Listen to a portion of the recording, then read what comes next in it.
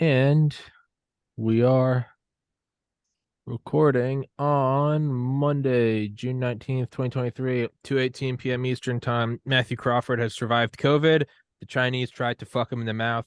It didn't work. Well, kind of worked. They got him, but he survived. So, Oh yeah, I didn't hear about that. yeah, well, he was just telling me before you showed up that the Chinese tried to take him out.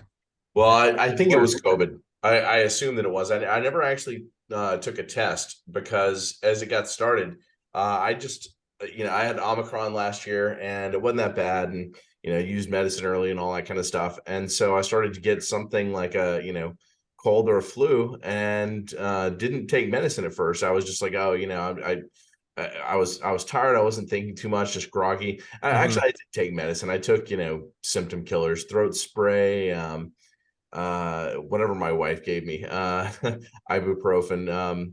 Anyhow, it was a few days in when I realized it was worse than I imagined and started taking, various medicines and ivermectin actually made it just, This ivermectin, it didn't just like disappear, but the harder symptoms, I had trouble swallowing.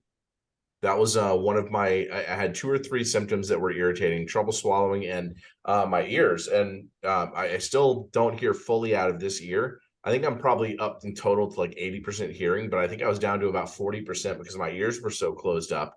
And wow. that's the first time in my life I've ever had like serious trouble hearing. And that's a very, very weird symptom to deal with because all of a sudden you like, everything like you can tap your head and feel it like it's from the inside. Yeah. Uh, And I don't know. I went through I so guess I've gone through a couple of weeks of recovering from that and putting olive oil in my ears and all that fun stuff. Anthony Fauci told me ivermectin doesn't work. So I need to know right now, are you intentionally spreading misinformation, Mr. Crawford? Are you trying to kill my grandmother? So here's the funny thing. I pushed hydroxychloroquine more than ivermectin, and that's because I read over 200 hydroxychloroquine papers. And so, like when Pierre Corey would talk about ivermectin or other people, what I would just be like, okay, I'm going to let them talk about what they know about better. And not, I'm just like, there's no point in me getting into that conversation because they know the literature so much better. But here's what I'll say about this. When I started taking the ivermectin, I had 4 pills left over from last year. I took one pill. The second pill I took right before bed. And actually, the first pill, I started to feel better in an hour. You just don't know, It's like, oh, maybe I'm just getting better. Maybe this was the end of it anyway. It's like day 6, right? Mhm. When I took the second pill, 15 minutes later, I heard my ears start to pop. Jesus. Yeah. I read your 15 stuff. minutes. It was amazing what you wrote. Like And and unbelievable. And when I woke up the next morning, I did it again. I took pill 3, and 15 minutes later, I could feel the pressure. When you feel something work, that's when you just like it changes your perspective on things, right? Like you can read all the papers you want, you can Yeah. read all the testimonials you want. When you feel something happen that quickly, you're just like, okay, Well, it's there's like this. clearly something to this. Actually, I was gonna go get. I forgot it. I was gonna go get my thermos. Sorry. 1 second. Keep talking. I'll be Go right. ahead, go ahead. So yeah, I think I'm about 90%, 95% energy. So, it's all fine, it's all good, but it was a tougher illness than I've had in a number of years. Where do you think you got it? Like, was it So it's been several years since I played much poker, and a friend invited me to a new card house, and I was like, I should get out, have some fun, do some things other than constant research and writing and all that kind of, So I went and played some Omaha. I don't know if you're a poker player. Do you know the games? Okay. I do, but I don't know that one. Texas Hold'em was my game. Yeah. I So was Omaha. good. So as a statistician, you may prefer Omaha because it is a more complicated game statistically. You get 4 cards instead of 2. The board comes out the same way. It's flop, turn, river, with same betting rounds. But you have 4 cards and you use 2 cards in your hand. It's not like Hold'em where you could use 2 cards or 1 card.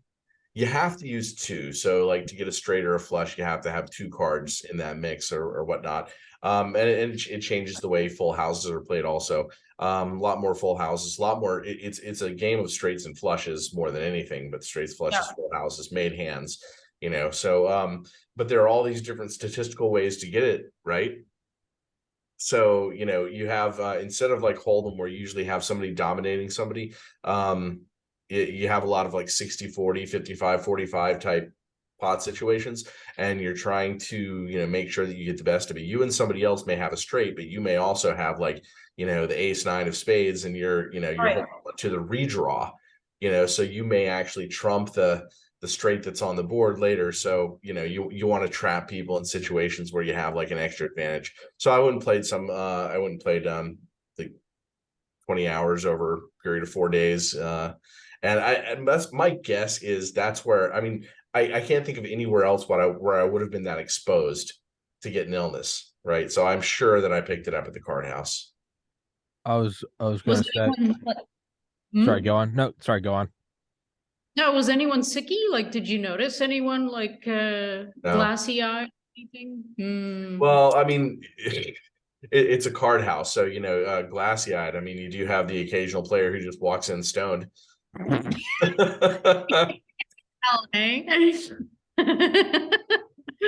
there Yeah. are a couple of those professional poker players too. I mean, like they've been in the game so long, like grinding for 20 years, that they just look glassy eyed anyway. They just look dead So a insane. poker house is like a dedicated place where you go to like play poker? I've never done Yeah, that before. yeah. So here in Texas, the laws have changed, the rules have changed. If you're a social club, you can run a game, but you're not like there are different rules. Like you're not paying a rake. You have to rent the seat, right? So it's like it's a social club event. So you go and you get a membership to this club, and then you pay for seat time, but you're not paying a rake, So um it's spreading all over Texas. So lots of card houses here now. Cool. There's, Wow. I was gonna say what you said about ivermectin. I realized the point wasn't nearly as cool as I thought I was gonna make. But it's like these thermoses, the vacuum sealed thermoses, where like they don't do any advertising. They just, if you ever use one of these, it just keeps shit cold for like 4 days. Yeah. Yeah. I remember me and my buddy actually talking about stoners. It was like summer, fall 2014 in Georgia. And we had in our attic, we had a bunch of tie-dye tapestries, and we called it the Zen Den. And we would just go get fucking blitzed up there. And it was so goddamn hot. And I remember one day, I guess he like left his thermos up there, and I went up the next morning and knocked it over, and there was still ice in it. And I freaked out because he had left that morning. And I was like, someone's in our attic, just paranoia from being stoned. But I was like, because there's no way there can be ice in August in Georgia. And he was like, oh, no, that's just my thermos, man. I was like, what the fuck? And I was like, it's vacuum sealed. So I like got one for my cousin who got married that summer in New Hampshire. And right, obviously thermos works in the hot and the cold. And I think then his wife got one. And now that entire town of like 30,000 people all own these thermoses. I've never seen a goddamn advertisement for them, but they work so unequivocally, undeniably well. When it's just like swamp ass hot in See? Georgia and there's ice in your fucking thermos for 3 days. There's no like the peer review studies. You're like, suck my dick. It works. And I And think, that's why mandates were bullshit. and that Because in if your conclusion is bullshit why works, Dr. Rose will be proceeding over Nuremberg 2.0 and seeing the hanging of medical professionals across the world. well, I don't know about that, but I Well, do know that when something's good, you don't have to force people to take it. That's true. People Yeah. talk. Yeah. And that like so many this is the other point I know is I have so many like left-leaning friends who, wrote me off as a Nazi trying to kill grandmothers because of the people I'd interviewed during the height of the pandemic. Those same people who privately would message me and be like, "Hey, dude, my grandpa has COVID," and I would get them like Underground Railroad. I don't know how much I can say because I don't know what I did that was actually illegal, but like getting ivermectin prescriptions for people and then being like, "Dude, that cured my grandpa's COVID in like 3 days," and like, no, I told you so. I didn't like shit on him. I was just like, I'm happy your grandpa's doing well. But that's the other thing. That's how I know is the people who in one breath would say you're spreading vaccine misinformation would an hour later be like, do you think you can get my great aunt some ivermectin? And I would be like, of course I can. That's the thing. And that's what I was thinking when you were telling your story, Matthew. It's like when it comes down to like, I was, thinking to myself when I was reading your Substack, like, what would have happened if you hadn't had access to this drug that clearly made a huge difference to the worser symptoms? Yeah. Would you have progressed? And when you get to that, like when you can't breathe, I've had that experience before. There's not much you wouldn't try immediately to get rid of that problem. Right. Like anybody who knows about what it feels like to not be able to breathe, who has a chance to take an off-label drug, will fricking do it. So it's like that's what I don't get. It's like, how come people can't put themselves in that position? Because I know that everybody's had like, everyone's been pretty damn sick in their life, I think at least once. So like, if you could take something that might, alleviate those symptoms or get you better faster, like, I don't know. Yeah, personal experience. And you're right about the feeling of like, I'll just take something. I think it was day 4 before I started taking the ivermectin. I was having like, I felt like there was something like sitting on my chest, and it wasn't as wet a congestion as usual. I've had the flu like 4 or 5 times in my adult life, but I felt like it was like this dry congestion, like an animal was sitting on my chest. And we called our ordinary telemedicine doc, and he prescribed a steroid. I've never taken a steroid until now, but I took it, thinking, okay, he's prescribing this for the symptoms, but it was the only thing that he prescribed me. Yeah, was just a steroid, and it kind of irritated me, especially once I started taking the ivermectin. I still didn't think I had COVID at that point, but I was starting to think, like the first 2 days I was just like not even thinking too hard. I was just like, oh well, I've got a cold. I guess I'm going to spend a couple days on the couch catching up on documentaries and whatever series I might want to binge. Yeah. Yeah, I'm watching a documentary now, actually. On Chile. What are you watching? It's called America's Surveillance State. It was published 2 days ago by Marconomy. I posted it on Twitter, so you can find it there. But it's pretty damn good. I like the docos that have a lot of people like talking as source people, like from different sources. So it's for me that's more credible. But yeah, lots of Snowden talk. One of the terrifying things about the surveillance state is you don't even it doesn't even have to be fully real in order to have a lot of the effects that are desired by the people running it, right? The idea of the panopticon, if you go back to like Jeremy Bentham, it's like the moment you tell people they're in a panopticon, they begin to behave differently. It begins to control their behavior. I think that's why they honestly, tinfoil, I think, and I thought this years before I started the podcast. I think I first started thinking it in 2016. I just vividly remember sitting at a stoplight thinking about it. That's kind of like half the reason I believe they didn't fucking kill Snowden, is it had the effect. You're like, you're in power, and it's like, oh God, this guy just defected and told everyone that we're watching them 24/7, and we know when the last time they shaved their asses, and it's like, if you're in power, you're like, tell me why that's a bad thing, like, right? Yeah, right. And I mean, I don't know if I go so far as to say that Snowden is a limited hangout, but I mean, of all conspiracies, and I traffic in a lot of conspiracies, most of them I don't believe in, all of them are fun. But that one's not that absurd to think about. I mean, I don't think it is either. Think about the cost effectiveness of that as a weapon. One guy defected. Everyone hates him or loves him. He goes to Russia. That's one agent. I mean, think about how much we spend on fuel for tanks in a single month. That's one guy, and it changes the behavior of every U.S. citizen. That is like bargain bin fucking military industrial complex bang. That's Costco shit. That's 1,000 cheese balls for like 3 cents. That's why wouldn't it be? Yeah, and we know that the military industrial complex has spent, many decades trying to figure out best ways to mind control people. Yes.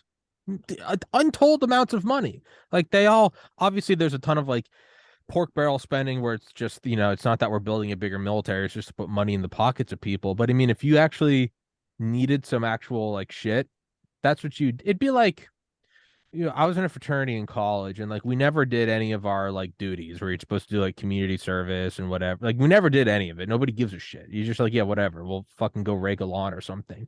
But when push comes to shove and like the dean is actually like, you guys are going to get kicked off campus if you don't do like X number of hours of community service in the next month, you actually do see the power of like an organized structure put to work. I remember my buddy Kellen bought like, he put out some thing to where it was like if you go donate blood, like you can put your name into a raffle to like win a keg, and he spent like $1,000 on kegs, and we gave a bunch of kegs to like random people throughout camp, whoever like whichever group of people donated the most blood. And it was, I mean, it probably was dangerous, but like we got more people to donate blood in like 4 days than that campus had like dedicated blood for like the previous year. And granted, it was all done by like selfish reasons and greasing palms, but it got done. So it's like the military industrial complex, sure, they're like fucking you 6 ways from Sunday and buying weapons that we don't need. But if they need to actually get something done, they can do it. And I think that's what Snowden was in many senses of the word. Yeah, and speaking of which, I've wondered if QAnon might be I think that too. I thing, think that's 1,000% right? a psyop. Right. QAnon, it's interesting. It seems like it's both a hoax and an operation at the same time, right? Hmm. Well, they're Right. not they're There are not people who exclusive. debate about it being right. Exactly. They're not exclusive. And you do have people in the military running around with Q pins on, Yeah. while it's going on, right?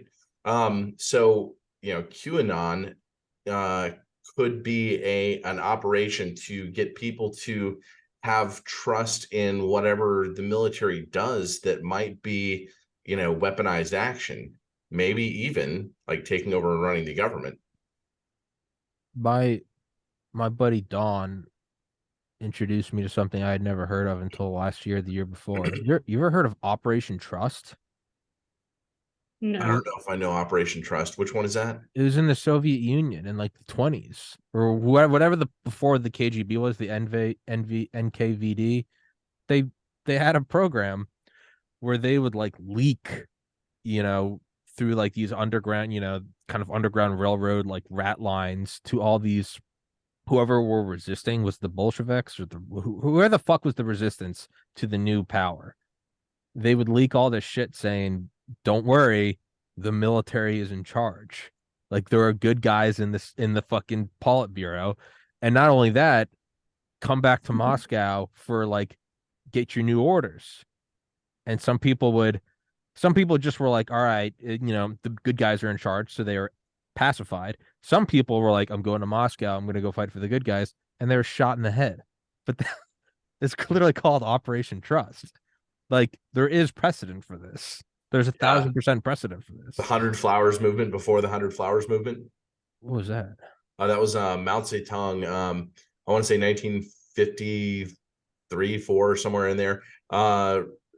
In the newspapers, he projected out to the people, hey, if you have a criticism of the government or anything that we're doing, go ahead and write us and tell us. We want to hear your thoughts. Oh God.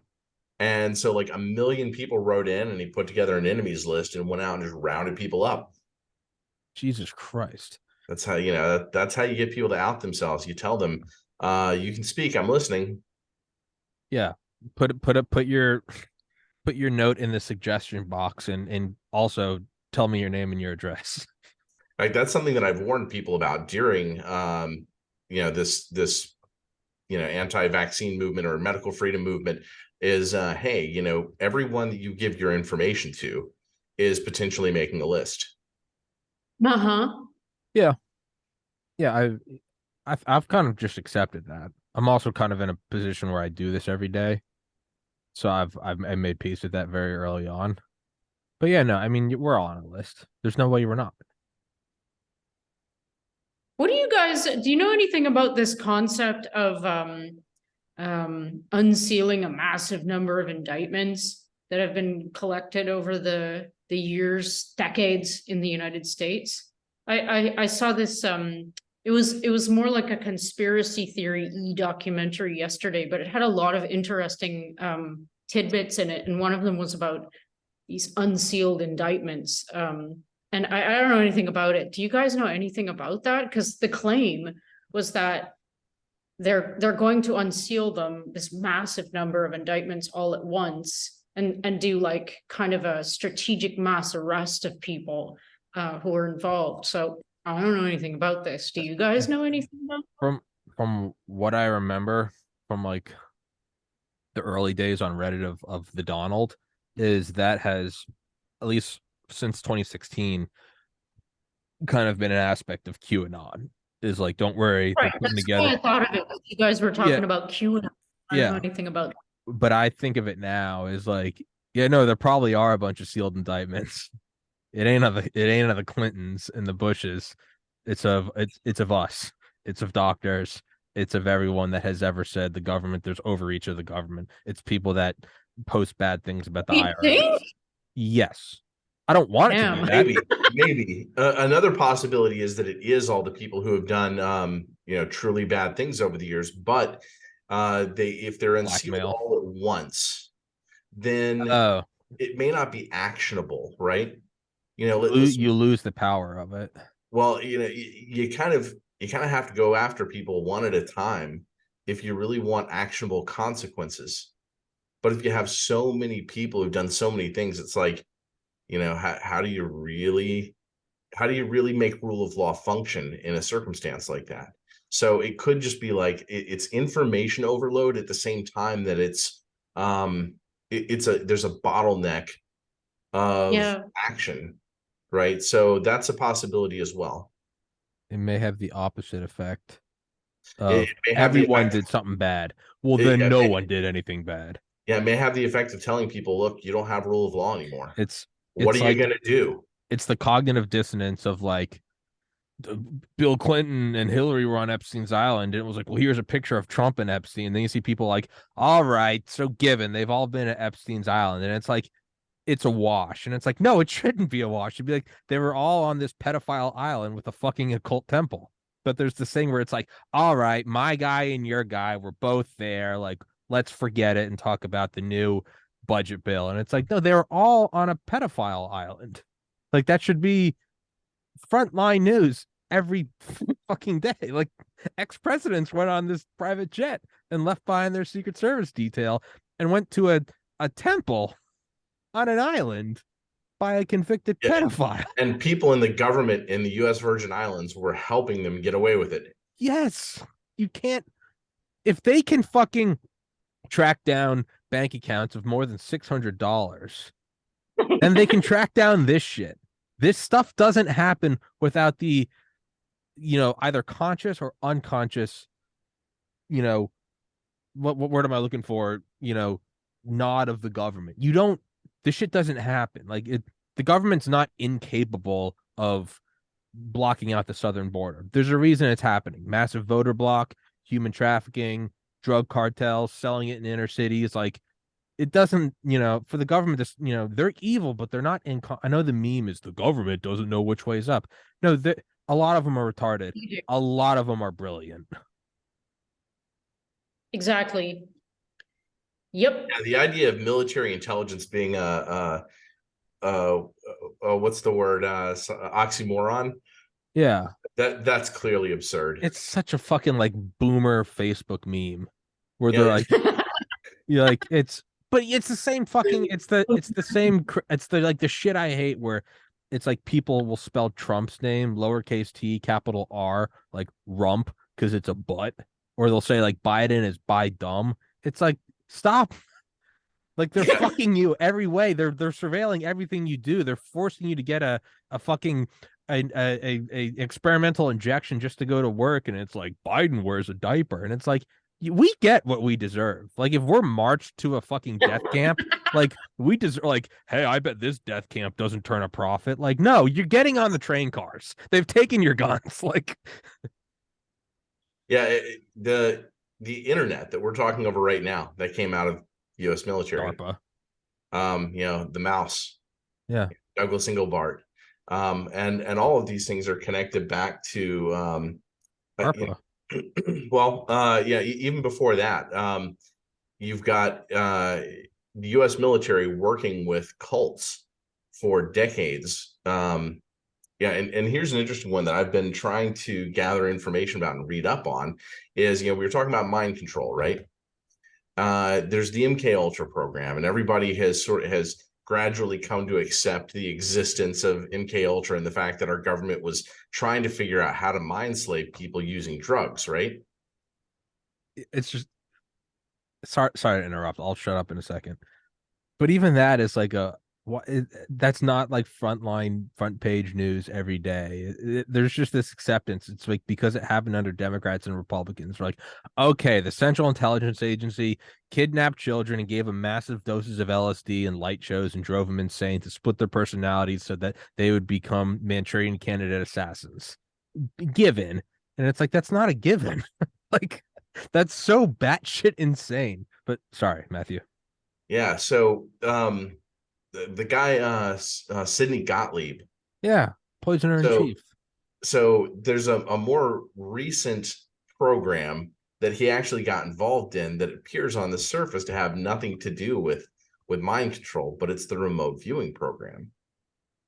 And this program has been like brought up just in the past few years, sort of advertised to I think it's part of the whole like, hey, let's convince people that aliens are here and that maybe we need to unite under one world government or something like that, right? A lot of the remote viewers were also the same people pushing the existence of aliens. And maybe there are aliens out there. I think that it's all a big giant psyop. But you go back to the beginning of this remote viewing program, and you've got Sidney Gottlieb getting together with the people who put together the remote viewing project all the way back in the days when it was at the Stanford Research Institute, before it had gotten sucked into the DoD via Jim Channing and Major General Albert Stubblebine.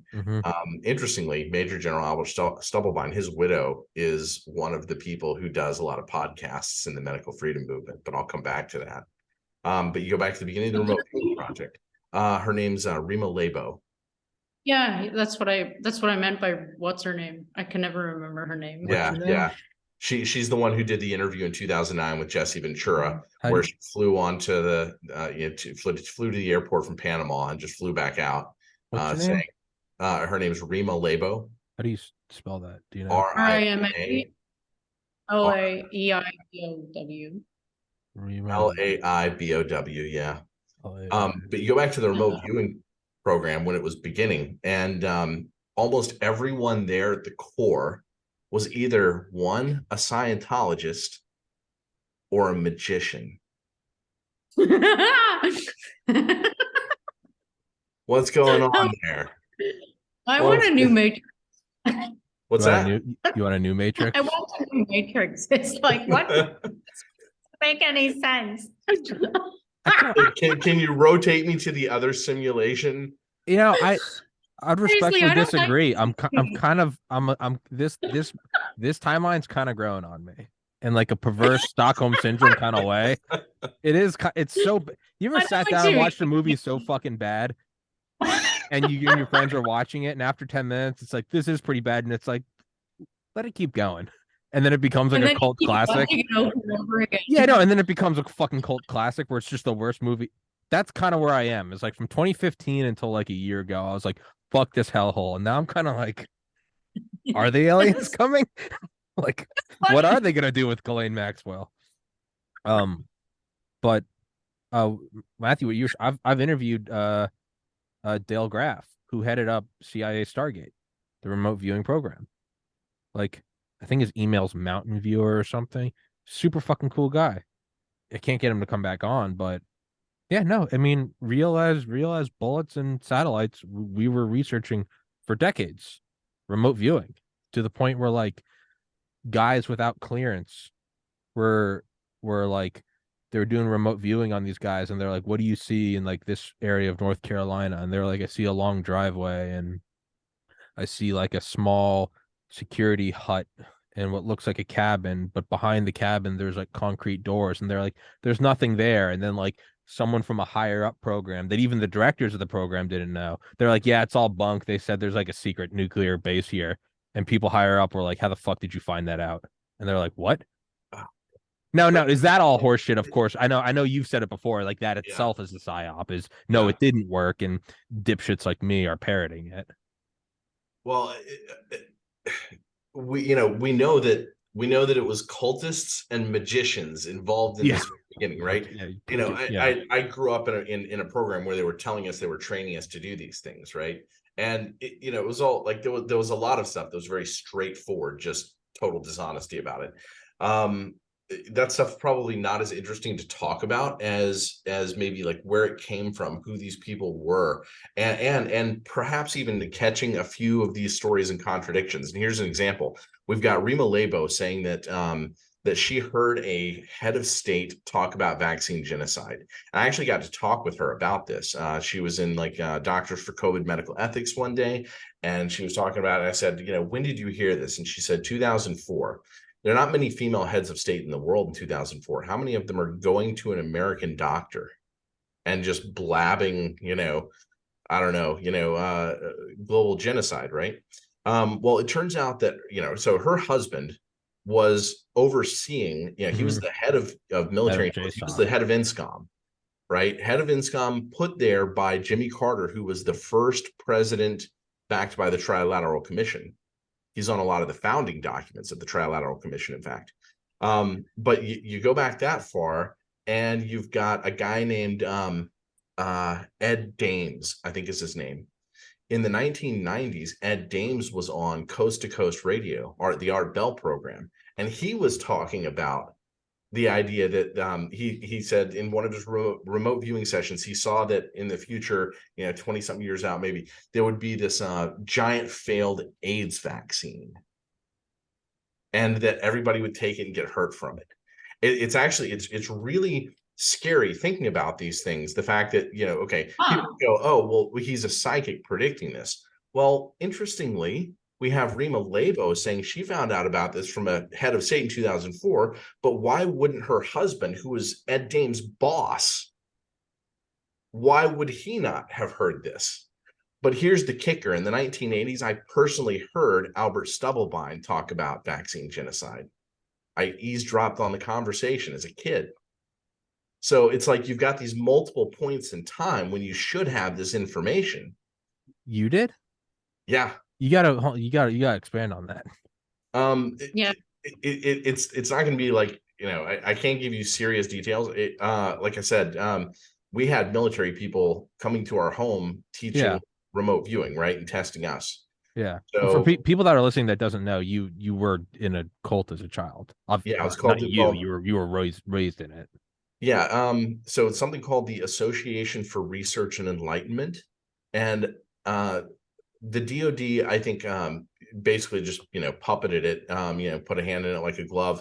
There's some conversation that I've found where Jim Channing and some others knew that, or felt like they needed to project what they saw in California to the Southeast in particular.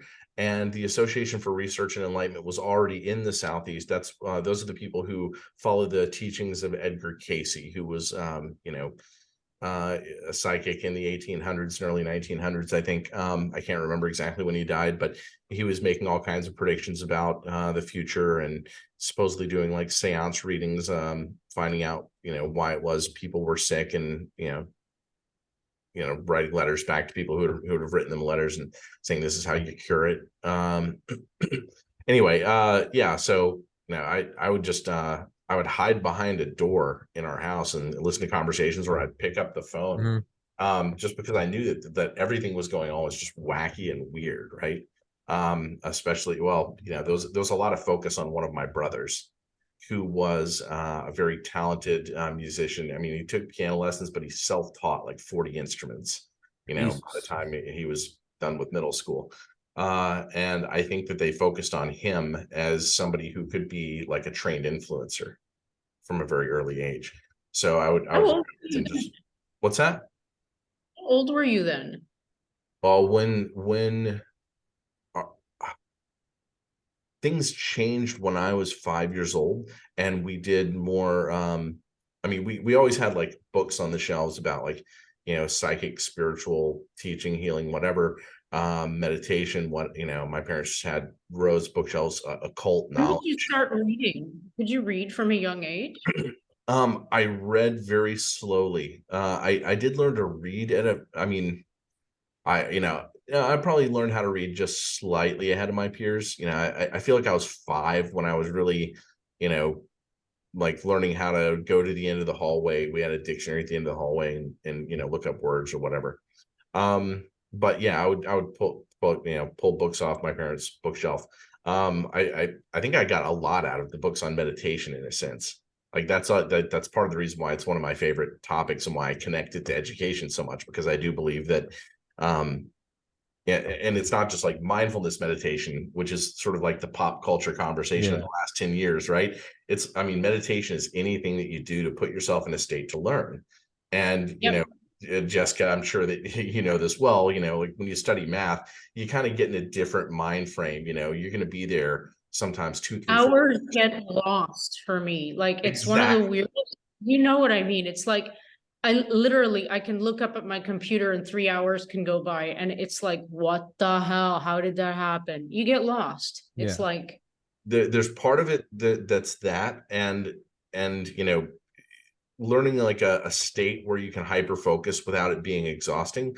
Yeah. But this is yeah, one that I tell people in order for people to understand what I mean when I talk about meditation is incubation.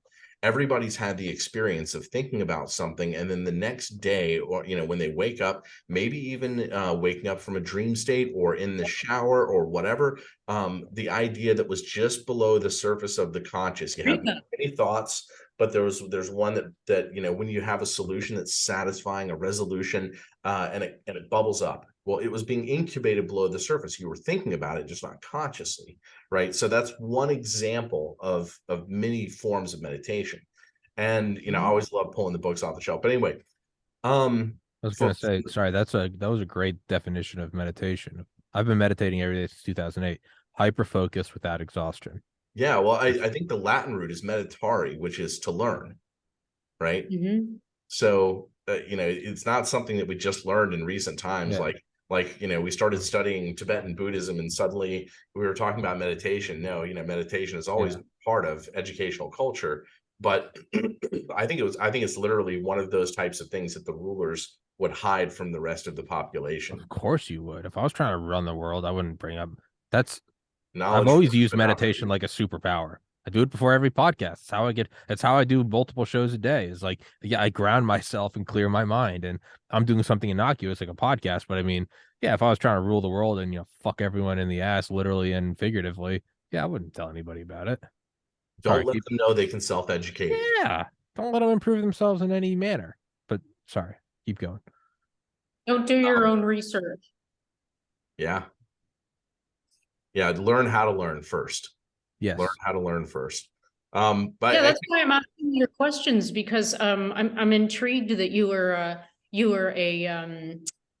a person who wanted to hear things without people knowing that you were there, because I'm also that kind of person, because you get kind of an authenticity or truth that you wouldn't get.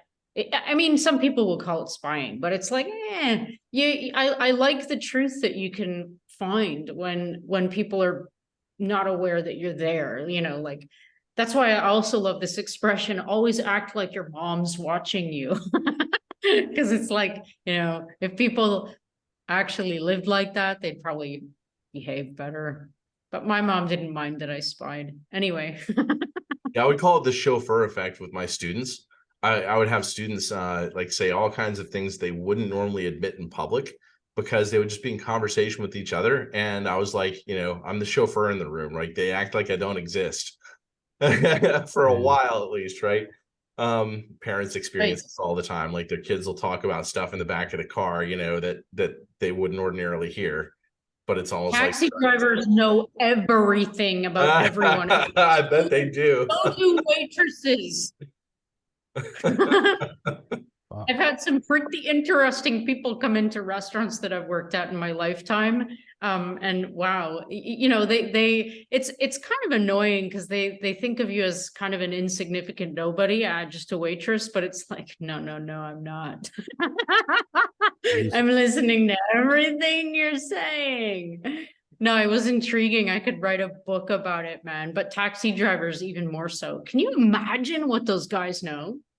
Dude, you pick Like up if I drunk, wanted to you go pick to up. someone and find out something about what was going on in the world, I'd go to a cab driver. Really? It's probably not at all like a thing that they haven't done before. It's like bug cabs and just put them around DC or Moscow or Beijing. Shit, right. Oh, Listen to a next bunch of level. diplomats shit face at the end of the day. Like, yeah, I Well, can't there's a believe we're reason invading why- Taiwan next week.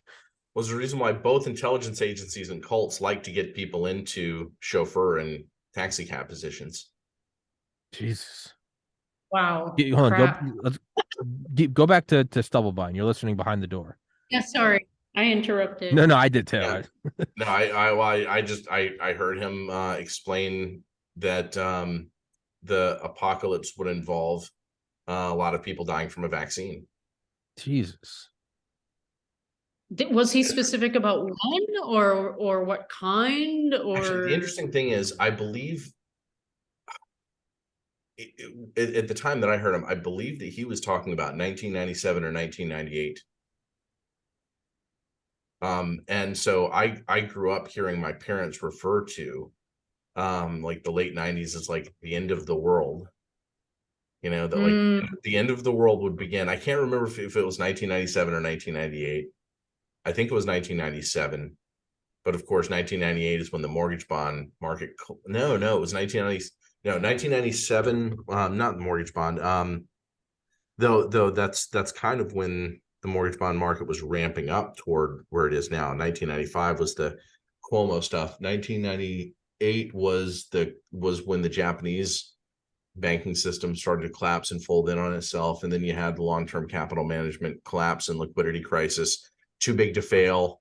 But yeah, nothing that you would really call the apocalypse yet. Well, the year 2000 obviously had a lot of people freaked out. Yeah. Yep. Well, man, it comes back to this. I think you said it in a past podcast, Matthew. I think I said something along the lines of like, man, are they, whatever the elite military industrial intelligence apparatus, whatever, the thing we all kind of know is there but can't put a finger on, like the entrenched power structure, the fucking transnational whatever, are they that far ahead of us? And I remember you just said unequivocally, you go, yes, they are that far ahead. It's not just military technology where they have faster planes and more efficient engines and better radar absorbing material. They are in planning. You said yes, and it does seem like that. In terms of population control technology, in terms of anything, any power projection. In terms of power projection, yes. Just entrenched power structure, be that population control, be that growing trees in Arizona, like whatever the fucking thing is, they are better. And meditation, again, makes you better at learning anything, organic chemistry or how to do podcasts. It just does. It seems like they're just better at consolidating. They're playing king of the hill and they're just so fucking far ahead of us. Anytime we try to get up the hill, they've already covered that part of the hill with KY jelly. Like we just can't get anything going. Well, they have the U.S. taxpayer to support so much that they do, right? But even that's part of it. It's like that is part of the thing. If you want to get a bunch of people going on one plan, you have one of two options: get them into a religion or cult. Yeah. One option, pay them money. You know, you want a bunch of people on a project, pay them money. Yeah. And you've solved the collective action problem with the U.S. taxpayer. Yeah. And I was watching this clip on Twitter the other day, which means it's true. But somebody said about they've been planning for a war with China which I don't doubt at all. There's a friend of this show who's come on who's a very learned individual, and his dad was in kind of like military, and he was talking about he was talking to his dad, and his dad told him, just kind of in a passing conversation, and the guy I'm talking about is like 60, so whatever, however old his dad is, and he was like, yeah, he remembers in like the early 50s working in whatever army procurement, and they were talking about how they needed to get ready, how they were preparing for a ways out for a jungle war. And they didn't say where, but it was like 15 years before we sent even the first advisors to Vietnam, roughly like what, 18 years before it really ramped up. And it's like, he said that always stuck out to him as just like, it's not, they didn't just pick a thing. Like that was like a decade and a half, 2 decades out. And the thing I saw on Twitter was like, it was an actual video. I'll try to find it, but it was like how they've been planning for this war with China. And there's this guy giving a speech in front of all these military guys. It's some fucking C-SPAN thing in 2004. And he's talking about, he's like, he goes, how much would we really need to defend the United States, its borders, blah, blah, blah. And he's like, 100 billion a year. And that's like a liberal estimate of what we could get done. He's like, so why is it 700 or whatever the fuck it was? And he's like, well, obviously we just want more power. But also he was like, we're not using all of it. He's like, we're like basically almost like you're shaving off a little bit of your income every month and putting it in your savings so that if shit goes bad, you know, personal crisis, you lose your job, you have like an emergency fund. He was like, we're getting ready. He goes, and this has been our plan for the last 10 years. And he's given the speech in 04. So he's talking about a plan that goes back to at least 94. And granted, this thing's on C-SPAN, so it's not classified. So who even knows how fucking accurate that is? But he goes, we've been taking what, like 5%, 10%, and we're just putting it on the back end. Well, what's the back end? You know, that's 50 to 70 billion a year. Because we're, you know, looking for a war with China and being in the Straits of Taiwan in 2025. So he's like, we've got 21 more years of basically saving. And it's like, he was giving that speech in 04 about a plan he said was 10 years old. So it's like, in 94, were we gearing up for like what we're seeing now in Taiwan? Like, are they that fucking far ahead?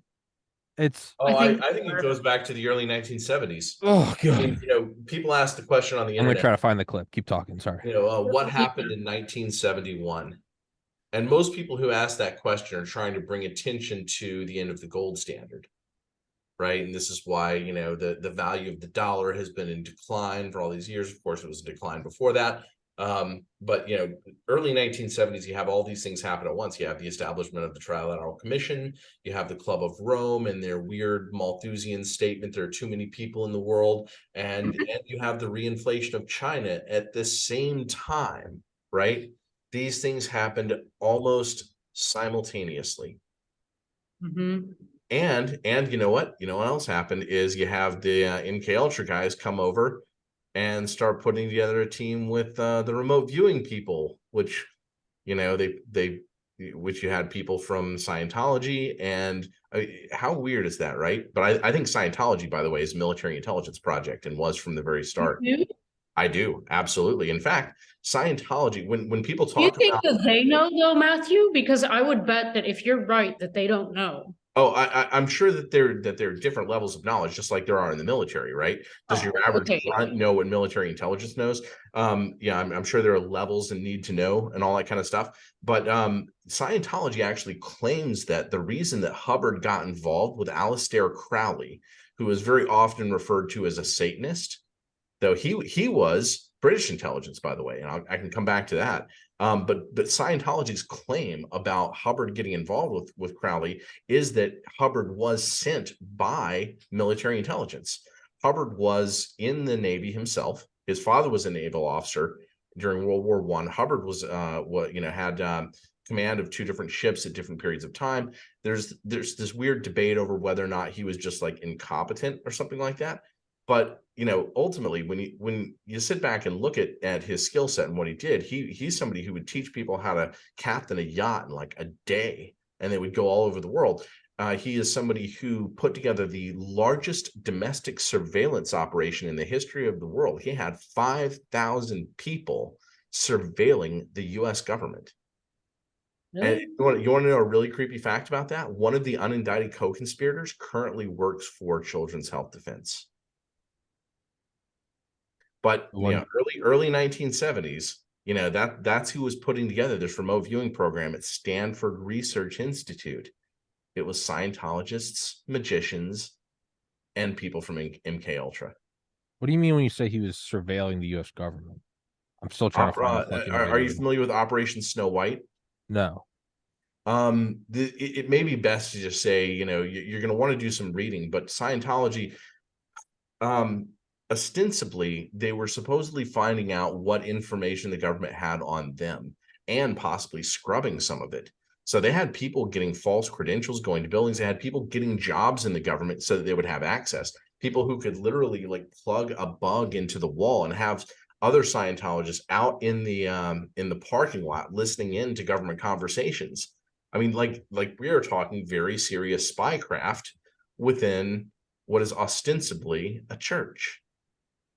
Well, Leah Remini, I think she's great. She used to be a Scientologist, and she like got really high up. Her mom too, and then she defected, and now she like tells people the truth about what they do.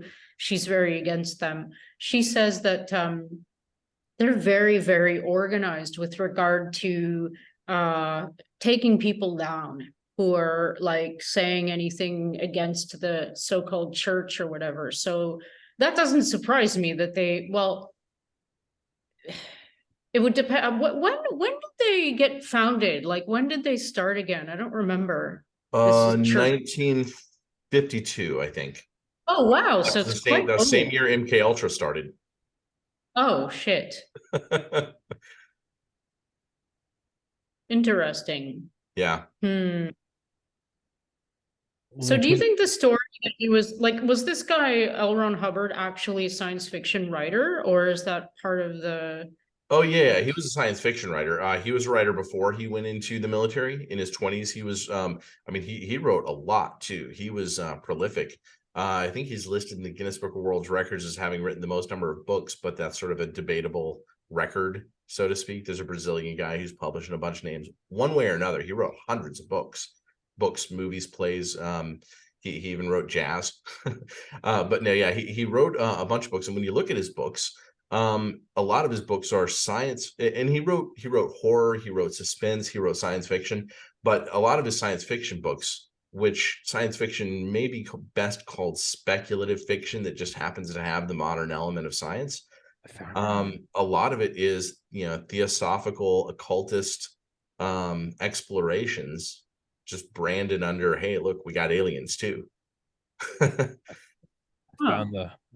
found the link. I sorry, I was rudely searching for it. That's all right. Which one did you pull up? The China one. Now again, it's on Twitter, so it has to be true. But I'm aware of. Oh, this is the guy talking about China in 2004. Thomas Barnett, U.S. Naval War and College professor and strategic research. Yeah, I've listened to him before. Okay, at C-SPAN. Fuck, how do I make it so it's to window capture? Oh fuck. No, wait. Oh shit. Okay, I think I fucked that up. I will, because I'm an absolute boomer and I have no idea. I have it capturing the application, not the window, and I don't want to fuck it up. I'm gonna send one of y'all the link and then give you screen sharing capabilities. Can you just open that link? I am total boomer right now, but I have it. I know how to do this with StreamYard, which is what I use. I don't know if I know how to do this with just somebody click on the link I dropped in the chat. Yeah. Because I'm streaming the actual Zoom application because I'm using dual. It's a whole thing. Yeah. I just can't like fuck it up. So can one of y'all There just are hats, tinfoil hats. Tinfoil hats and hats inside of hats. Oh, here we go. There we go. I was just creation of the Department of Homeland Security is another transformative event, but that's largely an inside job. We have to locate transformation within a global vision. We outspend the world on defense. We're spending over $450 billion a year. All you really want to do is defend this country. I could do it for about $100 billion, I'm certain. So why are we spending $350 billion extra? I will argue we're conducting a transaction with the outside world. We're selling a product. And the world is buying that product when it buys our debt. Now, one definition of transformation is you have today's military capabilities, and what you're going to do is you're going to whack off what you don't need, about 5% a year, add on what you do need on the far end, and in 20 years, you've got a new military. But of course, direction's implied. You have to know tooth from tail. You have to have a definition of the future of war. I will tell you the dominant definition of the future of war inside the Pentagon today is the same one we've had for about 10 years.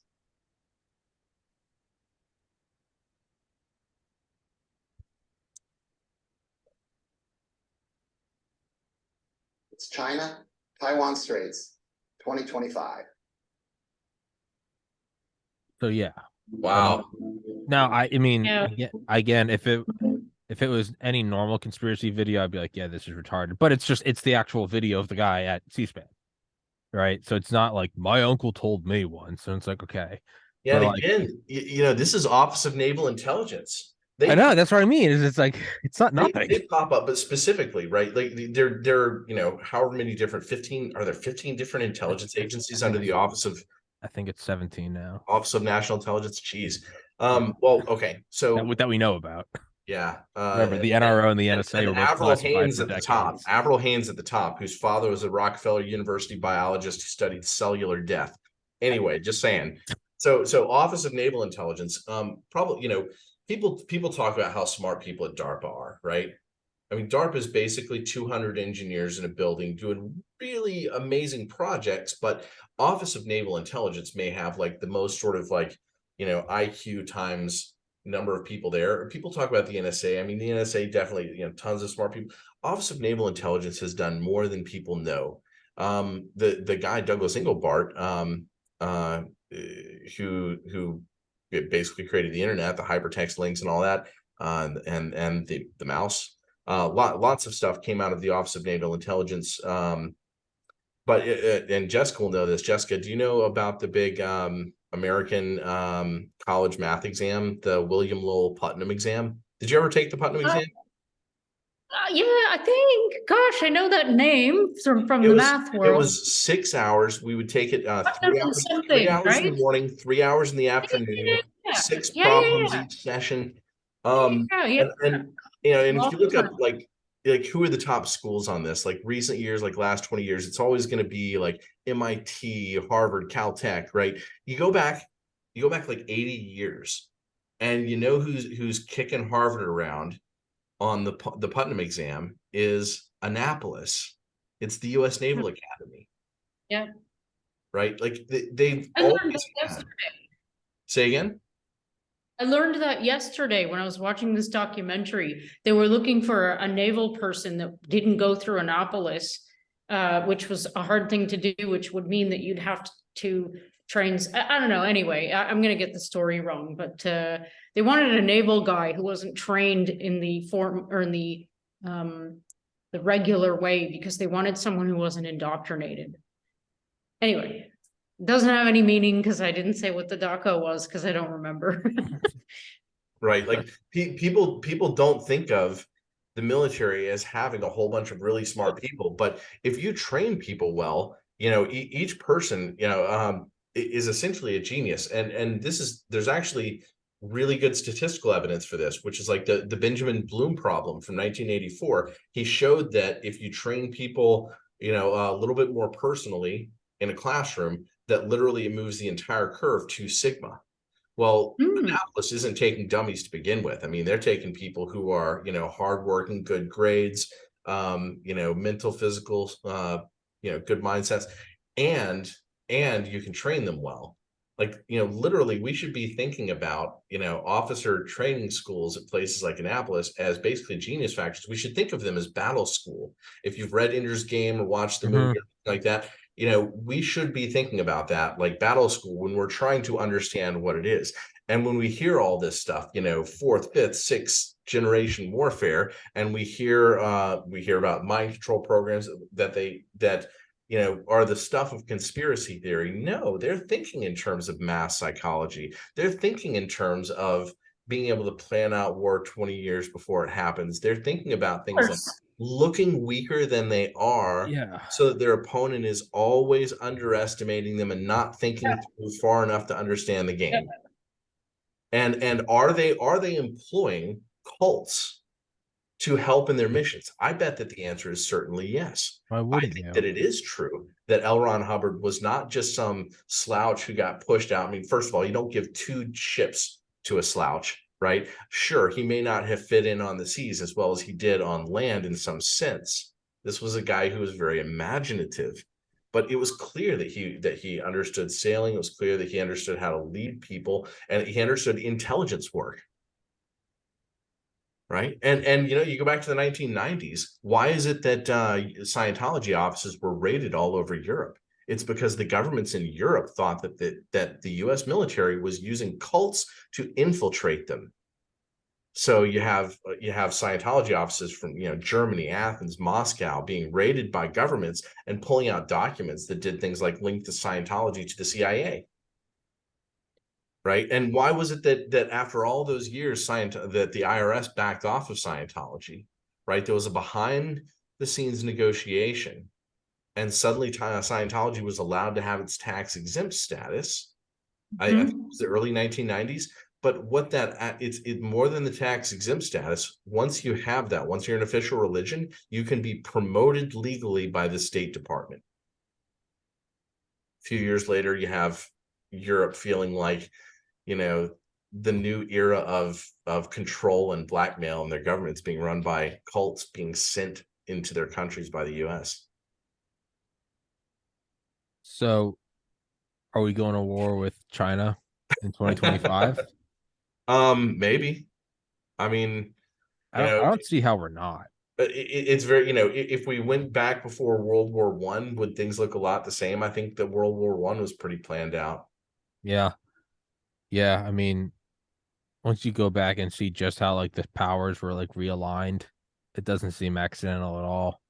I mean, And even the Theosophical Society that was started in 1875, that might have been the cult that was used to create World War One, that was used as a tool to help then. yeah. This has been going on for a very long time, this creation of new cults. And in fact, when you look at the Nazi party's like history and symbolism, it actually matches up very, very well with the Theosophical Society. Theosophical Society is basically it's a religious UFO cult in a sense. It was started by a bunch of Freemasons.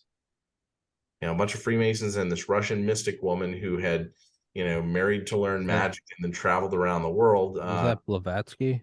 Yeah, Madame Blavatsky. Yeah, that's right. And saw a documentary on her too recently. and you know, she's the one who put that swastika into their emblem, and you know, and Theosophists were the ones who had this lineage of like ancient races on Earth, like all the way from like an ethereal race down to the Aryan race. They call it the Aryan race. That was like the last sort of big dominant race on Earth. And they wanted to be preparing for the next one. And of course, you know, Hitler takes up the symbolism, this focus on the Aryan race, you know, this interest in Atlanteans as like sort of the pre-Reich, right? And interest in Tibet. It was Madame Blavatsky that said that, you know, Tibet was this conduit of all this, you know, occult information, and Hitler sent some of his people to Tibet. Anna Society. Yeah, no, it's not a conspiracy. That's like an actual like sub department in the Nazis of like a well-funded group of people that were sent all around the world to like find occult objects and locations. Like this wasn't. Do you think there's anything to it? Because it seems like there's clearly something there. There's clearly something there. Who knows? Is it the power of suggestion? Is it an actual form of science that we haven't discovered yet? I don't know, but they're not stupid people that are pursuing this shit, right? You know, maybe we can look to science fiction to answer some of that. Jessica, did you ever read Dune? Oh gosh, I'm ashamed to say no. I think we actually talked about it like a year ago on with Tommy. I'm going to encourage you to read that one because like that story is one of the better ones in terms of trying to match science fiction to possibilities of reality. And one of the factions in this future civilization are the Bene Gesserit, who are women who they are ostensibly a religion, but they're social engineers. That's what they're really doing. And they have their people on planets all over the galaxy. And some of them are embedded literally for generations. They are embedded there to help shape the community and the history for their purposes that are, plans that are set out for hundreds of years.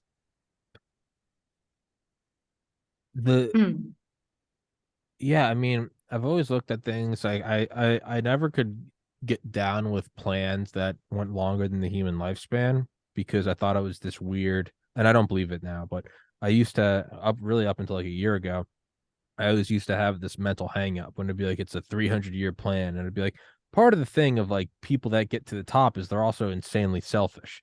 So if it if they can't see it in their own lifetimes, why would they give a fuck? And now I look at it more as like, unless of course you're a true believer and you actually believe that you're making the world better for X, Y, and Z, in which case the most selfish motherfuckers are actually very much so. It's like just the same way as like your parents work for you to have a better life, even though they'll never see it. Yeah, you have people who on the surface, it's like, oh, that's just some bloodthirsty guy climbing the corporate ladder. Unless he really, in the quietness of his Manhattan penthouse has a room where he fucking prays to Baphomet. And it's like, oh, well, then he might be down for like a 300-year plan or a 500-year plan. Like, yeah. So why wouldn't we be planning? Man, I saw one of my buddies sent back to the whole fucking planning wars years and years out. One of my friends sent me this thing called it was called War Plan Orange, I think. And it was this plan going back to, I think, 1901 or 1907 by the U.S. Department of Defense for what exactly was a war against Japan in the 40s. Like, that's 40 years ahead. Like, before World War I, they were planning out, like, the island hopping campaign to fucking subdue Japan. Before World War I, they were planning for the end of World War II. Now, I know wasn't that advanced. It was more so you could argue that was just a plan we took off the drawing board and we're like, hey, if we need to fuck Japan, we got this thing, right? I mean, I know we have plans to invade Canada just to have. You always want to be prepared. But it more and more so seems like so much of like what we see as this tumultuous, chaotic geopolitical soup that at every moment it just seems like it's on fire and it's on like a unicycle going backwards. It seems more and more like no, it's kind of being carefully coordinated and has been. I mean, I don't really know where I'm going with this. I think I'm just in awe. It's a difficult exploration. It's not one where you're going to have an end. So we always end up babbling at the end of this.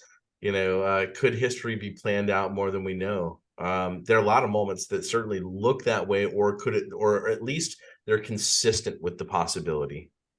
When I look back at why is it that China burned the treasure fleet? Yeah. 1403, China has the boats before Europe. China has this enormously powerful navy with 22,000 mariners. That's half the size of the U.S. Navy. By the way, they had 22,000 mariners on what was referred to as a floating city, but it was all these different boats. Some of them were a football field and a half long. These giant boats, and they could travel, India and Africa. They could travel all around Southeast Asia. There's even a book that claims that they went to the U.S. What the fuck? So suddenly, in 1430, 2 emperors after the ships are built, they just mix it. He burns the boats. The new Chinese emperor burns the boats. Well, why did he burn the boats? There's a lot of debate over what happened. Some people say, well, isolationism. They wanted to. Wasn't that part of it? Is they were like, fuck this global empire thing. We're just gonna shut off the world.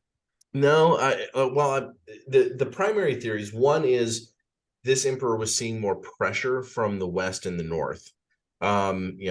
The Mongols were always something to deal with. Trying to keep China united was always something to deal with, right? You always had rivals, you had bandits, you had, you had rivals, right? So if you're spending all this money on this Navy, then maybe you just have to go, look, we have to fight in the West. Now, I don't know. I don't know why they couldn't anchor the boats. Well, I don't know.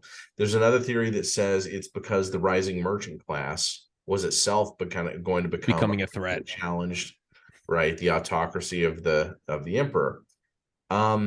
Maybe, but I don't quite buy that one either. I mean, I think that any civilization that's lasted thousands of years must know that you never win by giving up the latest, greatest technology. Yeah. Maybe they did. Maybe they did. I don't understand it. It's also possible that the West could have been influencing that. Yeah. Do you put in your guy? Like there's in Chinese history, there's all kinds of evidence that China did have much more of a relationship with the West than we're typically told by the history books. I mean, they're, out in like the Gobi Desert, there's like, ruins where you have like, what appear to be Scottish men in kilts who are mummified out in the desert, right?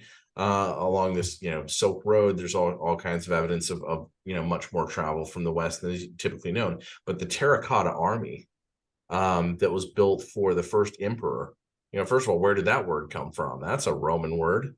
Yeah. Why are we talking about, Dongol emperors and Qin Shi Huang, like why did emperor become the concept attached to that point? The Terracotta Army might be a clue because it doesn't look like any of the art in China at the time, any of the statues. You have the shapely, muscular legs where you have, calf muscles, things like that, like you do in Roman and Greek architecture, in Roman and Greek sculpting, right? That doesn't look like anything going on in China at the time. A lot of stuff that happened with that emperor doesn't look like what was going on in China. He was like digging giant tunnels with vast underground excavations. I mean, that's the type of thing that would go on around Europe, but we don't usually see it out in the East. Who knows? Maybe there has been a lot more interplay between the East and the West than we have known for thousands of years. Opium wars. Keep talking. I'm going to go to the bathroom. Keep talking. I could very easily put together a case that from prior to the first Opium War, that a lot of the West's interaction with China was mapped out, right? You've got the East India Company going over. It's obviously there's massive trade between Europe and China, primarily funneled through earlier it was the Dutch, and earlier than that it was the Portuguese and Spanish. But the British East India Company saw all their silver going east while they were bringing back jade and tea and silks and whatnot. And then they went to Bengal and took over the opium fields and ramped up the amount of opium that was being shipped into China by 20-fold in order to recover that silver, in order to balance the accounts.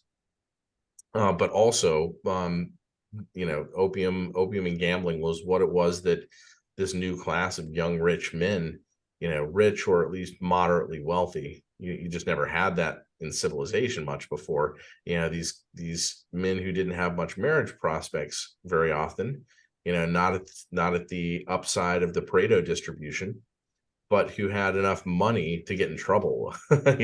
So you have large amounts of I think like a third of China was addicted to opium. But then you have the Opium Wars, and Britain picked a time when they were just so obviously superior in forces, and just boom, just leveled China, and then did it again 30 years later. Boom, leveled China. Took lots of gold, lots of silver. I think that's how it became such an insidious problem as well. Say again? That's how heroin became such an insidious problem as well, from something to do with mangling of the opium grab. Well, yeah, it was weaponized, right? And this is the reason why it was that Britain took over so much of India. Like they picked India to claim ownership over specifically because of the poppy fields. Sorry, lammies. You got a cat playing with you here? Did you have a cat today? Oh, was it the cat? Yeah, he's kind of annoyed because I'm not in bed yet. So he's giving me those little Les. I started Just- just locking my cats out because I'd be in here, doing podcast discussions or in meetings with you and other people, and one of them would just paw at me, just scratch Should- my arm harder and harder until I paid attention. because we have done 2 episodes now where the titles have included cats. I think it was the profundity of talking to cats, and then it's a kitty coup. I need y'all's expert opinion as we come down from the very serious topics of multi-century plans to dominate the planet. How about the cats who run the cults? Well, not only that, I was going to ask, should I get a cat? Because Yeah. so my little brother lives a bit of ways from me. He and his wife have a home and a huge yard, and they have 2 giant dogs, and I fucking love those dogs. I live in an apartment in downtown. I can't bring myself to get a dog. I would feel awful I see people in my building with giant dogs, and they're Go get a cat. yeah, they take the dogs out to like pee on like 3 square feet of grass like twice a day. I just feel bad. Like, I personally don't care. I'm fine with never leaving my apartment again, but I would feel bad for a dog. I kind of want a cat, and so I'm asking y'all's expertise. Should I get a cat? Yeah, just get a little box and they take care of themselves, and depending on its personality, you'll have a best friend, who either loves you or hates you.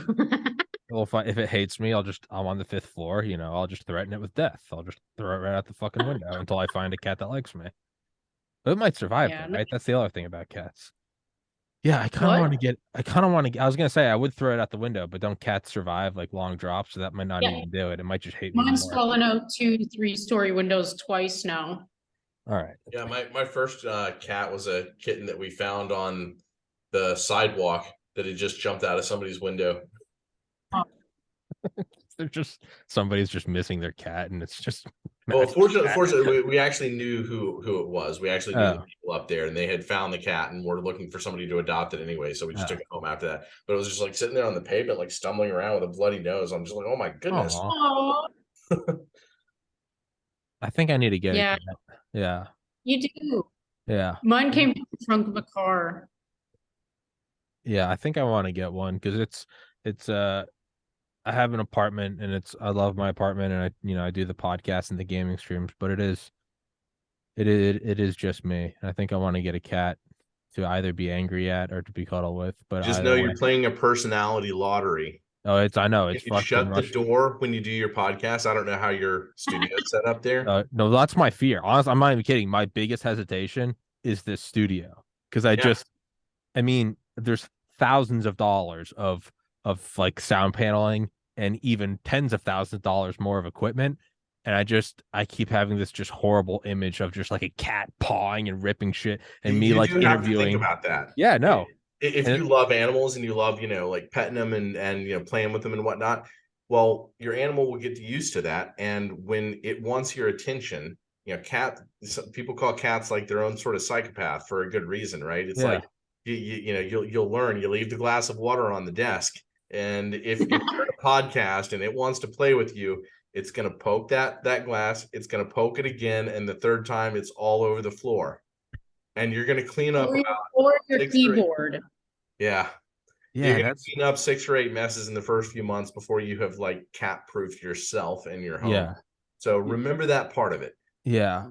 Yeah, no, I just have this like image in my head of me like interviewing Dr. Malone or Dr. McCullough or someone, and just halfway through being like, 1 second, shut the fuck up. It's just scratch.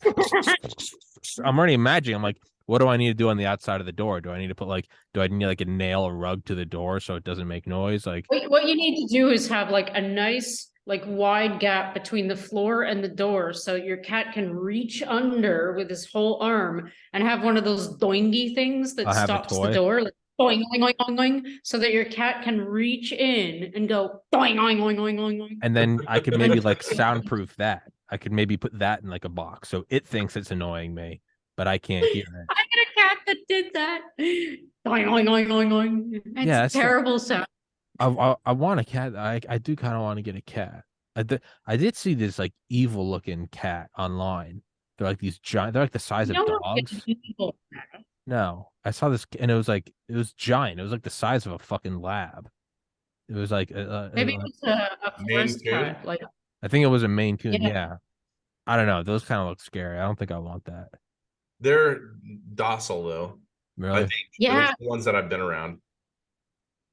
Yeah, I yeah, don't know. Kevin McCurdy has two of them, and they're very like, stately animals. And They'll aren't probably put themselves up on top of everything that you own that you don't want them on, but I don't think they wreck things like other cats might. Maybe, I don't know. I don't know. My cat's really good. My cat is like he doesn't scratch anything up except for his piece of wooden furniture here that I found for him on the street. So your cat can learn too. Like you can teach him not to go into the room. Like my cat knows he doesn't go into my partner's room. Like, and he just, even if the door's open, he'll just put his little head in and look. Like he won't go in because he knows. Yeah. And then like I see my like two best friends live together in Baltimore and they have a couple cats. And it's like 5 years later and they're still even when we're playing video games, I can still hear on the background. I'll be like, no, no, what? And I'll be like, what? And we'll be playing like some shooting game, and I'll be like, what? And I'll realize they're yelling at the cat. They'll be like, get down from there, get down from there, don't you fucking! You just hear like crashing and banging, and I'm like, and then I hear that, and I'm like, there is no saving it. It's like you It can't. is a lottery. You never Yeah, know what you're gonna get. no, you'll hear it Like in the if you back. get a Yeah, what? No, we you'll do hear. always end up talking about Yeah, cats. well, it does. Is that's and maybe we were kind of answering our question there, because as Matthew said, we always kind of trail off into who's running the world and is it like multi-century plans, Yeah. and then it further devolves into cats. Maybe that's not an uninterruptible. Maybe that's not an that's a great picture. Maybe that's not an unrelated flow. Maybe the cats really do run it. Here's next month. Is that your cat? No, this is a calendar that a fan sent to me that she made. It's her cat. That cat looks miserable. Yeah, I wouldn't be able to get mine in a little outfit like that. You wouldn't like it. So Matthew, your thoughts on this then? If it kind of seems like, whatever's happening, like we never really have the answer until it's, way over and we can see it more clearly. There's something about Elon Musk and his satellites that I feel like it's not whatever we think. I mean, I'm sure it does provide internet. I multiple people that have come on the show use it's to Starlink. download movies. Dude. Come on. Well, we have also learned that Jessica's been in a documentary black hole for a couple of weeks, and it's skewing her problem solving capabilities. But there is face value. It's thousands of objects in orbit. Like it is the high ground. Like you don't. It's like if you got a contract to build like the street lights around the White House. Someone might be like, "They're street lights," and it's like, no, man. Like you're installing something around the White House. You have a clearance. Like they're doing something. Are they riot control? Do they have some dual purpose? But when I see that, if you ever just look at like a GIF, like a simulation of all the satellites he has, it's a sphere around the world. Like, what is it? Do you think there's something else there? I mean, are they kinetic kill vehicles? Is it a form of Star Wars that, they could swarm on an incoming ICBM? Is it a suicide switch to where we just kind of turn all of orbit into a denied territory, including to ourselves, but it would just be an impenetrable shield of space debris? What is it? It's high ground, it's valuable ground. And he's working like with the Pentagon. Like you don't get those satellites up there without someone in charge giving the nod. When it comes to satellites, the high ground is low orbit. Starlink is far inside. It's like a 6 orbit of all of China's or Russia's satellites. Yeah. My understanding is that this breaks symmetry of information of communication controls. So what does that mean? It gives us the ability to futz with their satellite communications, but they can't return fire in that sense. And understand, I do not like. I claim no expertise about satellite warfare or anything like that. That is just that's an explanation that when I went looking for this exact same question, I think that actually, you know what? I'll say this. I think that explanation did come to me by way of a military professor of aeronautics, so it may actually be good information. Yeah, I mean, something seems up. I can't put a finger on it, but Oh yeah, I think Starlink would be enormously important if it's you dual wanted use to go something. northeast. It's dual use something, and not just in a. Well, the military could also use it as yeah. That's like the easiest dual use ever. Of course, they probably use it for communication as well as redundancy. But I mean, it just I don't know. I mean, is it a way to get around like the outer space treaty? Is it, or is it there to just fuck with your head to make you think there's something there? Right? I mean, I don't know why I'm just assuming Mathew has all the answers to Starlink. Just tell me. I mean, I read about this stuff too, but I don't know. It is interesting, to think through. But this is not one that I know, or that I feel like I've read enough on to have a confident answer with. But I did hear that being inside the shell of all the other satellites gave an advantage in terms of like jamming communications. But it would. And I have no idea what it is either. But I do agree that, based on everything, there's something else to it. Yeah. And it's like, yeah, I don't know. Like when you're talking about enveloping the earth, Yeah. I don't know. Besides the atmosphere and I don't know. It seems yeah. Sorry, another documentary thing that was mentioned was this whole concept of Space Force. And I'm like, what the hell was that all about? When I heard that for the first time, I laughed so hard. I was like, oh my God, he's lost his mind. He's lost his mind. He's making Space Force. And now I'm like, wait now, what was that all about? Well, Space Force is the most natural progression of, people shit on Trump because he's Orange Man and he named it Space Force. But it's like from World War I to World War II, we had the U.S. Army Air Forces. It was the Army, it was their Air Force branch. It was a force in the air. And then after World War II, when we realized that the bombing campaigns really did win the war, we separated in 1947. We separated from the Army Air Forces the U.S. Air Force because we were like, we need it to be its own thing. And then over the decades, the Air Force started to take over Space Command. And after decades, it's like, well, we're going to do it again. We're going to separate it again. So it's Space Force. So Space Force was the most natural thing. It was going to happen. It's so I don't really think it's as odd anymore. But I also think much like we didn't just start using planes with the invention of the Air Force, we kind of officially labeled it its own thing. To me, that implies that we've had some sort of space warring capability for a while, and we are now just officially designating it Space Force.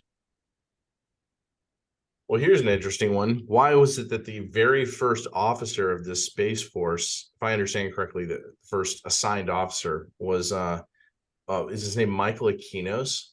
Like the Church of the fucking Satan guy? The Satanist, I thought he died a while ago, though. I don't know for sure. Michael Aquino, yeah. I know I've seen him within the last like 3 years on TV. Michael Aquino, yeah, he's a Satanist. He was a colonel or something.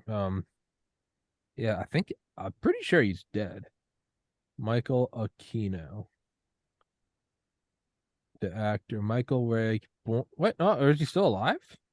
Oh, okay, never mind. I'm an idiot. You may be thinking of his friend Anton LaVey. No. Michael Aquino, military officer, born October 16th, 1946. Well, I guess he is still alive. I thought he died. All right, never mind. I think you're right then. So he was the first officer. Well, that doesn't make me feel good. Yeah, Yeah, the ultimate high ground is run by a Satanist. Well, it's that's one more weird connection God damn it. between military and cults. Ah, And the closer you look, the more of these connections there are. It's a little creepy, it's a little spooky. you can't ignore them. They're too meaningful to No, you ignore. can't ignore it. It's You not can't like it's a ignore it. Satanist and what is he in charge of? He's in charge of like, janitorial services at some military base. It's like, no, man, he's fucking heading up Space Force. Yeah, or one of the most important individuals in terms of World War One becoming what it was Aleister Crowley. Oh, God damn it. And he was a guy who was sent by British intelligence to infiltrate German Freemason groups, right? Completely took control of two of them, the Golden Dawn and the Order of Templi. I don't know if I'm saying it right, the OTO, whatever that one was. And that one, the second one, was the one that that Jack Parsons joined, who was the founder of Jet Propulsion's laboratory out in Pasadena, and that's who Hubbard went and stayed with when L. Ron Hubbard left the Navy. He went and stayed with Jack Parsons, who was part of this Freemason cult that Alexander Crowley had taken control of. But Crowley, when he had a different period of time, like going back to like 1917, he had infiltrated a German spy ring in New York City, and he was the one who planted the idea with the Germans that they should sink the Lusitania in order to intimidate the Americans to keep them from joining World War One. And apparently the Germans bought it and did this when it was actually he was being a double agent. He was working for British intelligence, and the goal was to bring the U.S. into World War One. But Crowley is the one who planted that idea with the Germans. I mean, so like we have this weird relationship between intelligence, cult, religion, Satanism in particular, and militaries and war planning going on for more than a century. This is not anything new, and it's not even conspiracy theory. Like a lot of this is history. We're just not taught it in the regular history books. They don't go, by the way, there was this weird sort of Satanist spy kind of guy, not quite your James Bond, but he was doing weird stuff. See, that's why I'm growing to love this timeline. I'm like, it's just nothing was turned down in the writer's room. Any idea goes. Whoever screams the loudest, their plot point gets to be next. It's being written by science fiction authors. Oh yeah, no, I've often thought about that. Like, is the best writers in the history of man will never be known because it's all classified. But it's like the ultimate serving in silence. Like fuck writing Harry Potter or Lord of the Rings.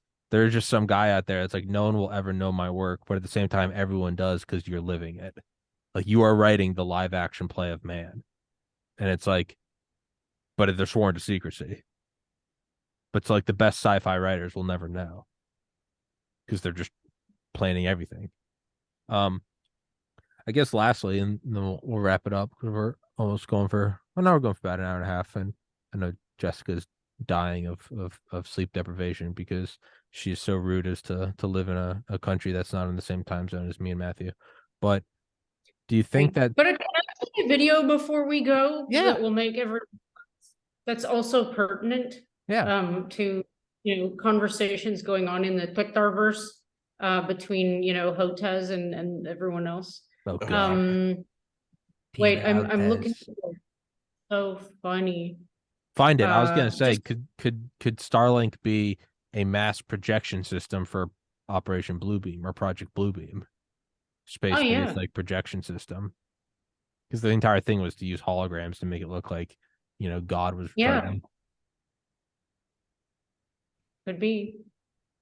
What's the video, Jessica? Wait, I'm looking for it. I can't believe it's your now it's on you now. I need to share my screen. Yeah, I think I gave y'all screen sharing. Yeah. Oh yeah, you did. Yeah. Wait. Where are we? This one. At least by emergency use authorization. One of the things that we're not hearing a lot about is the unique potential safety problem of coronavirus vaccines. And then something changed. Any vaccine released by emergency use authorization by the FDA is an outstanding vaccine. J&J's vaccine has a risk of life-threatening blood clots. When you hear the beep, that's the sound of safety. So don't overthink it. They're both really good. They're all really good vaccines. Get vaccinated now. You gotta call now. If you wait, it's going to be really too late to protect your child. If this was your child, what happens next could make it the worst day of your life. So even though COVID poses zero threat to healthy children, Vaccinate your children. right thing. Be safe and not sorry. I'm strongly recommending for adolescents to get their 2 doses of vaccine and fully immunized after those 2 doses. Advanced technology that can help save lives. This is going to be a long-lasting vaccine. A few moments later. We're seeing that 2 doses is not holding up well for emergency room visits. It's not holding up well for hospitalizations. Everyone's going to need a booster. You need that 3rd immunization. Triple the amount. Get that 3rd immunization. The 2 mRNA vaccines were always a 3-dose vaccine. The 2 mRNA vaccines were always a 3-dose vaccine. I've always said this is a 3-dose vaccine. I've always said this is a 3-dose vaccine. This is a 3-dose vaccine. But I'm not done yet. That 3rd immunization, the problem is it's not holding up. So we may have to look at sort of innovative solutions. Oh God, not this again. 4th immunization, just to keep them going. Keep the country going. We have to consider some out of the box things. A 4th immunization, or 4th immunization. Get that 2nd boost. A 2nd boost to keep the country going. I've made that recommendation. A 4th immunization. But I'm still not done. 1 semester later. Unfortunately, the numbers are starting to trend up again. So the hospitalizations are up. And so the most important message that I have this morning is get your new bivalent booster. Willie and Lise were saying they got their booster, and I was like, oh, I need to get mine. And then I found out they're talking about the 3rd shot. And is that the bivalent, or is it the 4th booster, or does it matter? Like, Don't worry so much about the number of. There's no wrong way to use You it. have this new bivalent booster. Double or triple stack them. The new bivalent one is doing a much better job. You have to get a booster. Yeah. You need to get this new bivalent booster, that bivalent booster for COVID. But does everyone ages 12 and older need a booster? The answer is yes. And by the way, if you're over 50 and have gotten 2 boosters and more than 2 to 4 months out, you're going to need a 3rd booster as well, a 5th immunization. 5. I don't think we're going to need an annual booster like flu. Eventually. Dr. Hotez supports yearly boosters, just like flu. But I'm still not done. It looks as though the boosters are not holding up quite as well as we'd like. And I think our thinking is going to change, and that what's going to happen is every a few months, we may need another booster.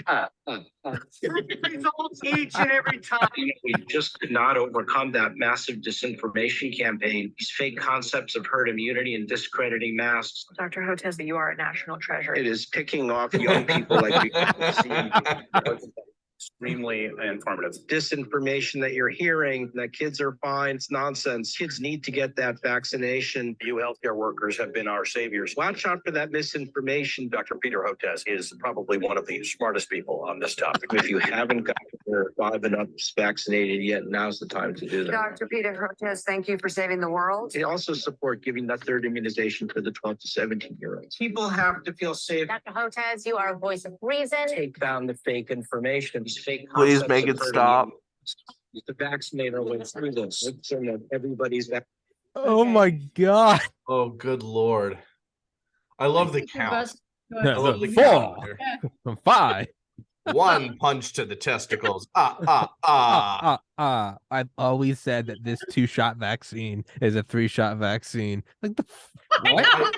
I've always it's a 4, it's a 5, it's a.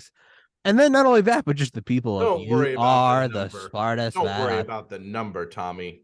Don't worry about the. What about the myocardium? Yeah, Yeah, you I are. don't usually recommend that people fake their own death, but I can see in some circumstances how that might be appealing.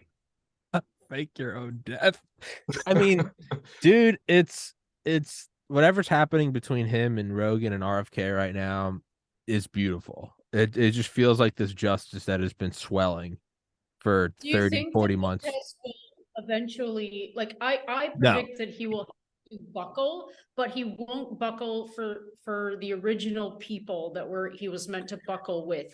Like he'll choose someone and he'll make it look like he's doing a debate, but he will absolutely not debate RFK, I think. So No, I don't know. we'll wrap it up with this because I got another show in a couple minutes. Yeah, I gotta go. When I was in college, my senior year, we had this small living room, we had this shitty couch, and then we had a cool leather couch. And we wanted to make stadium seating. So we had these like lazy boys, and then I had this idea of like, why don't we flip one of the couches, the bottom's flat, and then we'll put the leather couch on top of it. So we had this elevated couch like 6 feet off the ground. And we were arguing about it for like 10 minutes, like, should we do it? Should we not? And finally, like one of my friends who's a doctor, he's a fucking genius. But he goes, in the amount of time we've been arguing, because we were four, big guys. He goes, the amount of time we've been arguing this, we could have set this up, all sat on it, and then debated whether or not we wanted to, and then taken it down. The amount of time we spent arguing, this just could have been done already. We're all like, yeah, I guess so. And we did it, and we ended up using the couches and whatever. It was great. The amount of time that has elapsed, just in the amount of tweets and interviews Hotez has done saying about how he shouldn't have to go debate, he could have done this debate 30 times over now, because his original thing was like, it's a waste of time. But now it's been like 72 hours of you talking about it nonstop, literally going on other news shows and being like, this is why I don't. You just go on and debate. You could have done it. That's what I said. I even wrote to him, but then I found out he blocked me. I don't even know. He hasn't blocked me yet. I tried to. He doesn't even know who I am. Like, I what tried the hell? to. He hasn't blocked me. When I had on Dr. Malone yesterday, I actually DM'd Hotez the Zoom invite, and I was like, please come on with us. He didn't blocked me, so I guess I'm not important enough. Ask him again. Like, say, look, dude, you can't avoid it. You have to speak, because won't. you really bad if you do not acknowledge this on that level. You have to. You won't. Yeah. He has all these. No, he won't. No, of course, because he's not stupid. He knows what he's doing. He knows what he's pushing. I don't doubt the man's intelligent. He knows what he's pushing is horse shit. That's why he's smart enough to know that he can't actually go on and. You don't think he believes what he's saying? Because some he of them might actually. He might be so delusional, but I think deep down, you don't become as much as he does seem like a dipshit. You also don't become an MD. There's a baseline level of intelligence. I don't know. Like, Maybe. he has an awful lot of titles, right? And sometimes, like, I'm starting to wonder if people aren't given these titles so that they can assume the roles, so that they can play the roles when those roles need to be played in a certain way by people who are manipulating them. You know what I mean? It's like, listen to what the people are saying at the end, or you're the smartest person, you saved the world. It's you're like, the smartest man I've ever met. All you have to do is have a brain cell and be objective, and you can tell that the guy's disingenuous at the very least. I mean, he is a creepy little gremlin. He's very odd, and I think he's doing himself a huge disservice. I think he and RFK should fight in the ring, like the octagon. And Rogan can call it. Yeah, no debate. Bare knuckle, draw like, blood. No, literally kill each other to the death. And then whoever wins, that will be the new vaccine. That will be the new that will be the new medical rule in the United States. Whoever wins in a cage fight between RFK and Hotez, whoever wins gets to dictate medical law. I support that world. Okay. Well, with that, on that note, just this once. But on that note, we got to wrap this one up.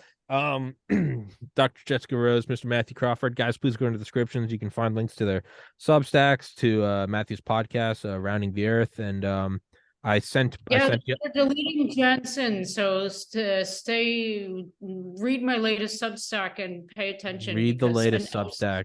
Don't be a Nazi. All the Jensen data that you can while it's still there. Because don't be a Nazi. Go read the Substack. Go subscribe to Matthew's podcast. And I emailed both y'all the Rumble link. Could I harass you guys to tweet it or put it on your Substack or whatever, so I can shamelessly promote myself and perhaps get a big enough voice one day that I can convince RFK and Peter Hotez to bare knuckle brawl to the death On your show.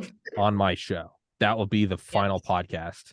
It'll just be me cheering. You'll barely hear me. Everyone will be cheering as you just see RFK We'll just be like, in like the Thunderdome by then. Yeah. So me and oh yeah, no. either All future podcasts will just be like, remastered music over it. Yes. No, I think that's how the podcast ends is I just have every guest fight another guest and they all kill each other to the final guest. And then the final guest fights me. And I know who it will be. It'll be Dale Comstock, Delta Force guy, who will kill everyone and then promptly kill me. But that's how the show ends, is all of us dead. And on that cheery note, we got to wrap this one up. Dr. Rose, Mr. Mathew Crawford. Guys, thank you so much. Till next time. Thank you for coming on. Guys, please go check him out in the description. Please go subscribe to him, follow him, all that good stuff.